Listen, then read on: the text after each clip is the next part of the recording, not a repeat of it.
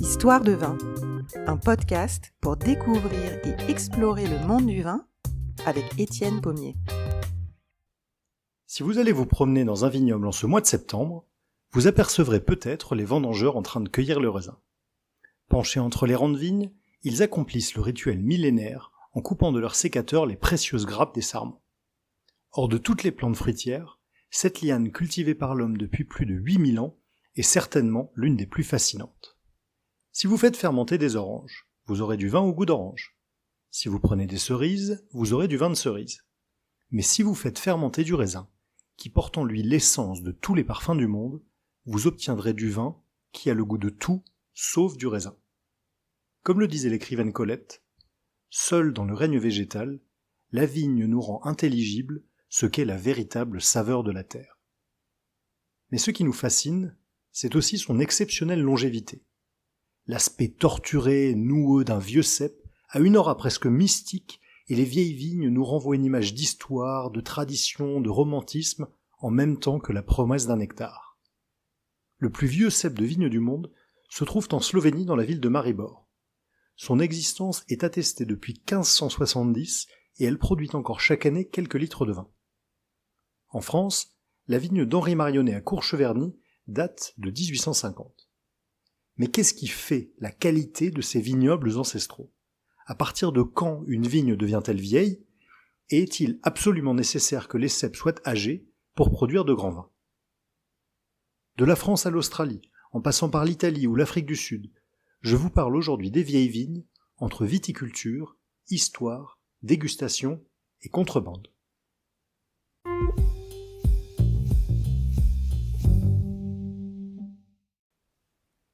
Les principales raisons qui font la qualité des vieilles vignes sont connues. Pour peu qu'elles n'aient pas été fertilisées à l'excès, elles possèdent un système racinaire très développé plongeant à plusieurs mètres dans le sol où elles peuvent aller puiser l'eau et les nutriments nécessaires à leurs besoins.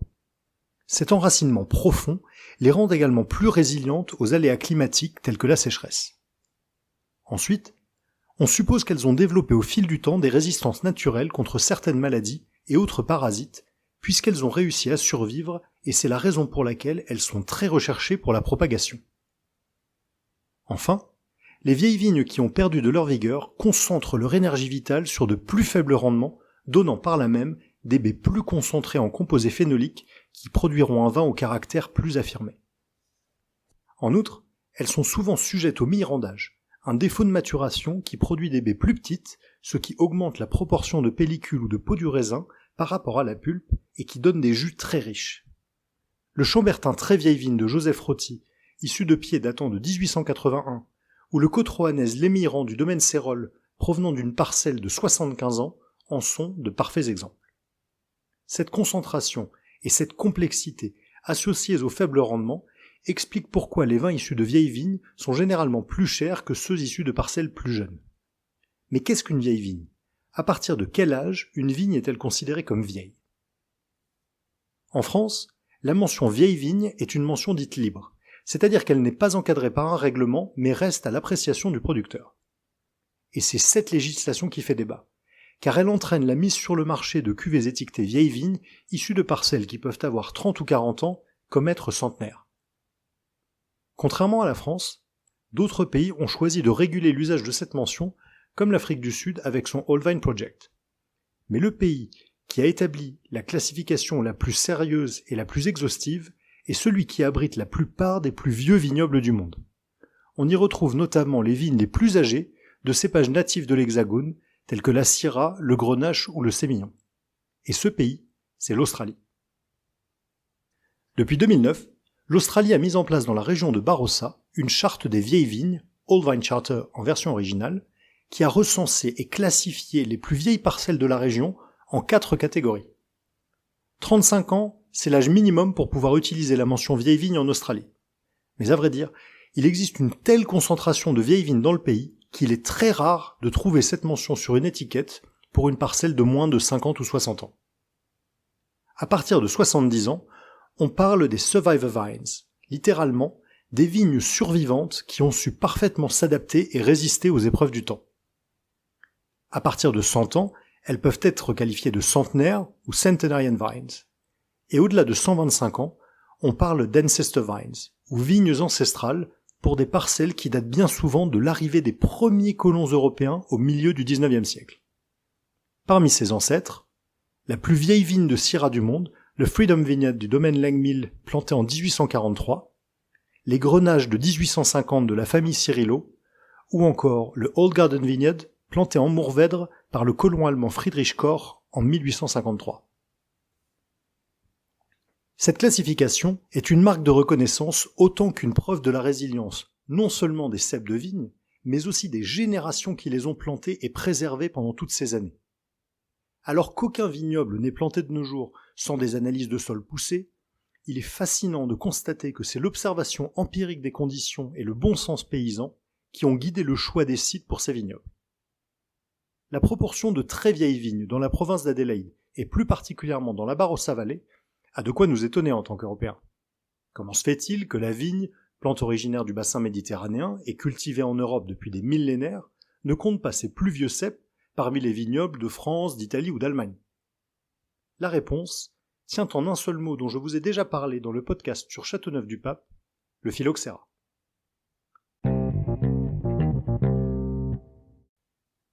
Cet insecte ravageur de la vigne, vivant dans le sol et arrivé des États-Unis vers la fin du XIXe siècle sur des pieds de vignes infectés, a décimé en quelques décennies les vignobles européens. En piquant les racines pour se nourrir, il affaiblit peu à peu la plante qui s'atrophie et meurt en quelques années.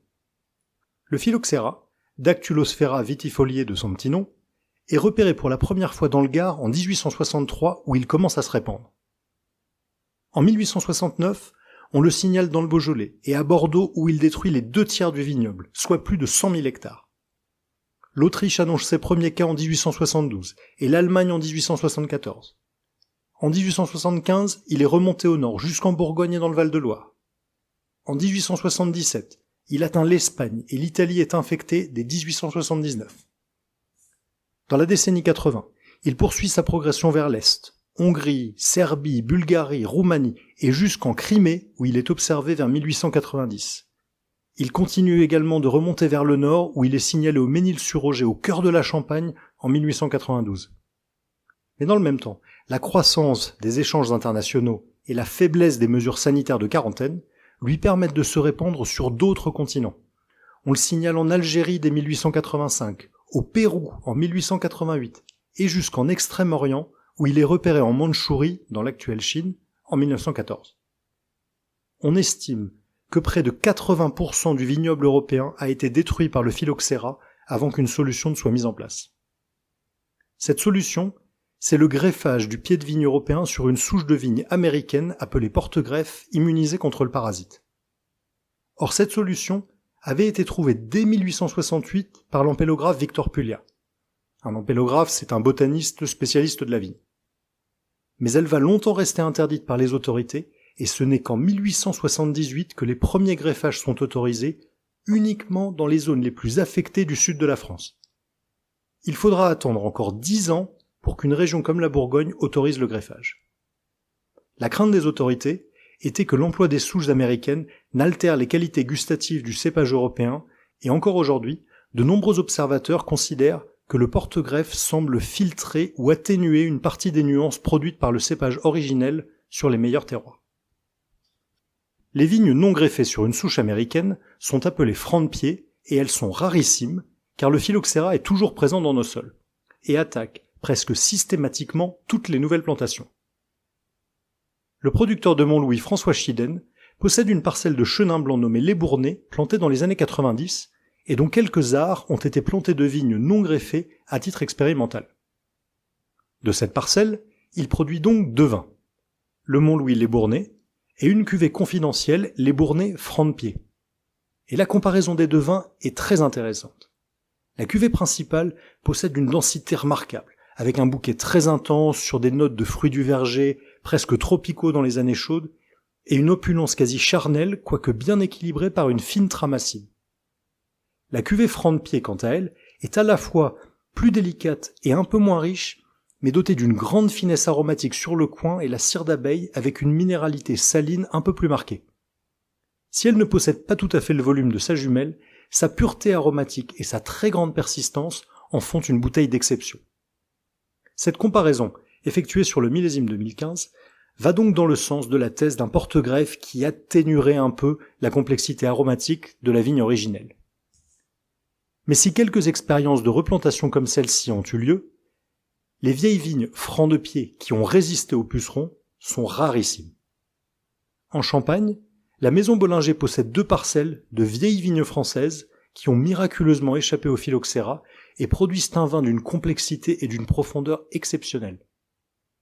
Ailleurs en Europe, les sols basaltiques de l'Etna ont conservé quelques-unes de ces vignes pré-phylloxériques, comme la Vigna Barbagalli du domaine Pietradolce, dont certains ceps ont plus de 120 ans et produisent un vin aérien aux nuances de rose et d'orange sanguine et à la structure extrêmement fine. Mais c'est bien en Australie qu'on trouve le plus de ces très vieilles vignes, car les sols un peu sablonneux de la Barossa Valley semblent peu propices au phylloxéra et que les producteurs de la région ont mis en place très tôt des mesures de quarantaine extrêmement strictes qui leur ont permis de protéger leurs vignobles du ravageur jusqu'à aujourd'hui. D'ailleurs, si vous avez un jour la chance de visiter le vignoble Hill of Grace de la famille Henschke, planté en 1860, on vous demandera de désinfecter vos chaussures avant de pouvoir y pénétrer. Le patrimoine génétique de ces très vieilles vignes est un véritable trésor, jalousement gardé par les vignerons, et il est très rare que les producteurs acceptent que l'on y prélève des bois. Pour bien comprendre l'histoire et surtout la valeur de ces vieilles vignes, il faut que je vous raconte comment elles ont voyagé à travers le monde depuis le XIXe siècle. Une histoire de pionniers, de botanistes, de contrebande et parfois même de vol.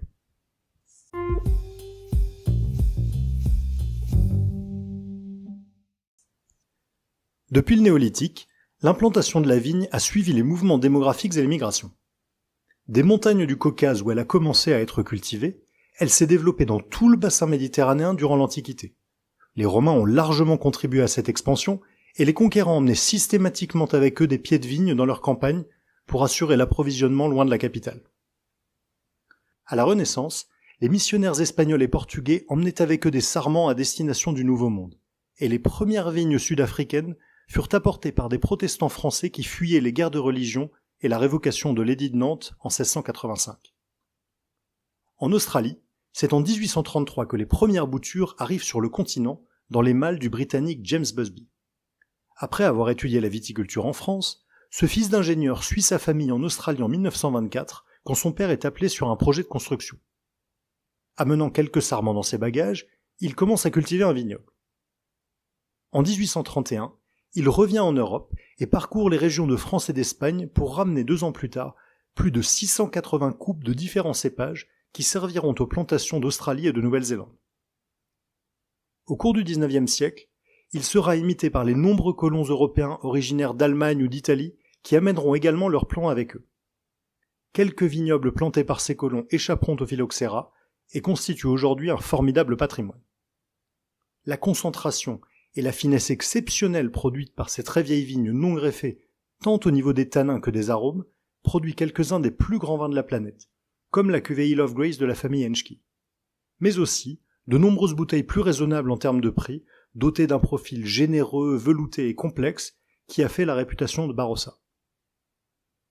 Dans les années 70, le développement de la viticulture au-delà des frontières européennes va pousser des jeunes gens téméraires et peu regardants de la législation à prélever des boutures dans des vignobles français réputés. Au milieu de la décennie, un voyageur néo-zélandais rentrant au pays est arrêté par la douane à l'aéroport d'Auckland. La rumeur dit qu'il s'agirait d'un joueur de rugby. L'officier des douanes Malcolm Abel inspecte ses affaires et découvre caché dans une botte en caoutchouc un morceau de vigne. Les lois sur la quarantaine étant très strictes en Nouvelle-Zélande afin de protéger l'écosystème unique de ce pays insulaire, l'officier saisit la marchandise et interroge le contrebandier amateur qui lui explique que le sarment provient du Grand Cru de Bourgogne-Latache, monopole du célèbre domaine de la Romanée-Conti. Et là, les yeux de Malcolm Abel s'allument. Car il n'était pas seulement officier des douanes néo-zélandaises, mais aussi vigneron amateur à 16 heures. Comprenant l'importance du bout de bois qu'il a entre les mains, il entreprend les démarches pour légaliser son importation et le soumettre à la quarantaine durant plusieurs années. À la suite de quoi, il récupère le sarment pour le planter dans son vignoble. Aujourd'hui, Cette variété de pinot noir dit Clone Abel est plantée à travers toute la Nouvelle-Zélande et notamment au domaine Atarangi, l'un des plus réputés du pays. De par sa tradition de meilleur pinot noir du monde, le domaine de la Romanée-Conti est bien malgré lui au cœur de nombreuses histoires ou légendes de vols de sarments pour les replanter sous d'autres latitudes. En Californie, le vigneron Gary Pisoni de Santa Lucia est au centre d'une rumeur pour avoir laissé entendre à plusieurs reprises que ces vignes de pinot noir seraient issues de boutures prélevées illégalement dans les parcelles du célèbre domaine bourguignon. L'intéressé n'a jamais reconnu les faits, et on comprend pourquoi. Il aurait été passible de poursuites en France et aux États-Unis pour vol et infraction aux lois sanitaires et au régime de la quarantaine. Un autre producteur californien, Gary Eberle, est quant à lui soupçonné d'avoir prélevé des coupes dans le vignoble de l'Ermitage de la famille Chapoutier en 1977. Ces histoires démontrent la valeur du patrimoine génétique de ces vieilles vignes, considérées comme capables de résister au virus et de produire de grands vins. Mais le pédigré de la plante ne fait pas tout, loin de là. Et c'est l'adéquation entre un terroir et la vigne qu'on y cultive qui est source de qualité. Comme l'écrivait le journaliste américain Eric Asimov dans un article paru dans le New York Times en 2008, penser qu'on va faire un grand cru juste parce qu'on a un plan de la Romanée-Conti, c'est comme prendre une Fender Stratocaster et espérer qu'on va devenir Jimi Hendrix. C'est pas gagné.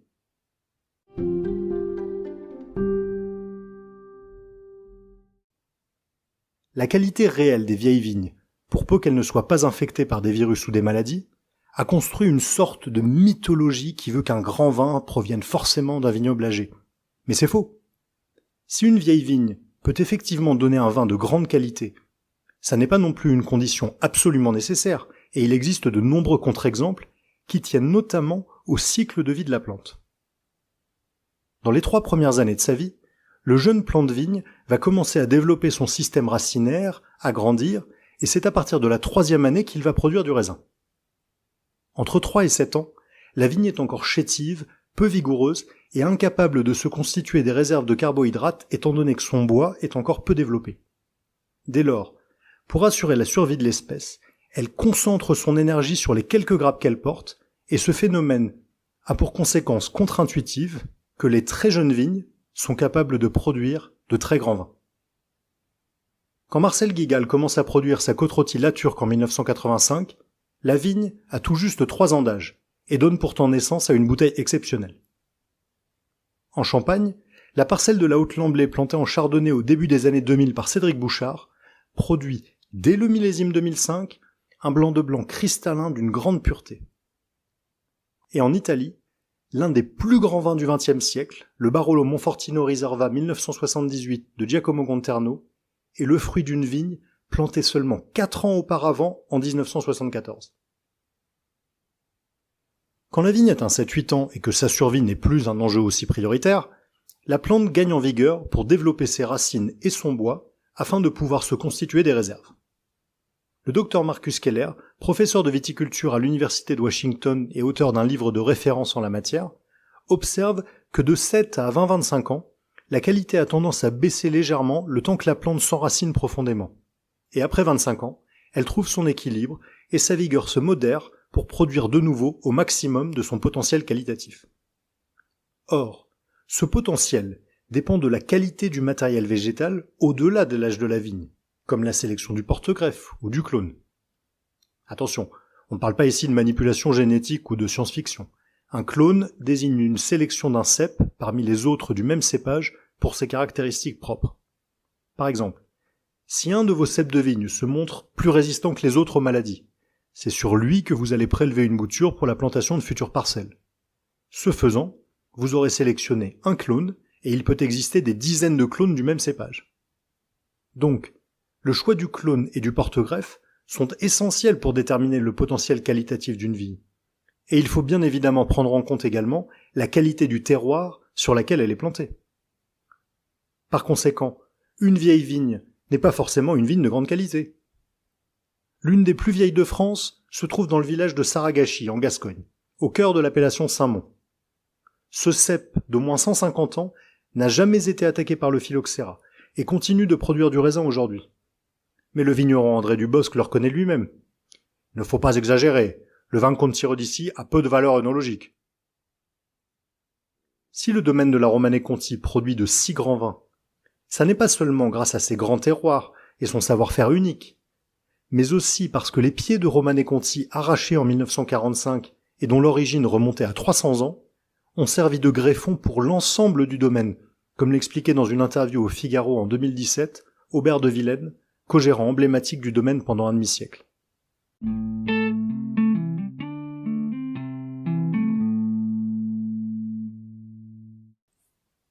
La cause profonde de la qualité d'un vin tient dans la valeur de son terroir, dans la symbiose de la plante avec ce terroir pour en exprimer tout le caractère, et dans le talent du vigneron pour traduire dans la bouteille le potentiel acquis à la vigne sans le dénaturer.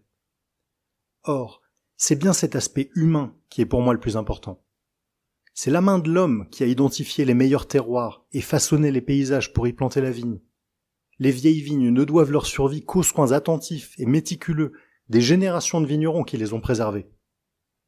En cela, elles sont le témoin d'une tradition autant que l'expression d'un lieu, et la dégustation de ces vins, quelles que soient leurs qualités intrinsèques, un témoignage du travail et de l'engagement des générations précédentes, un morceau de notre patrimoine, une part de notre histoire.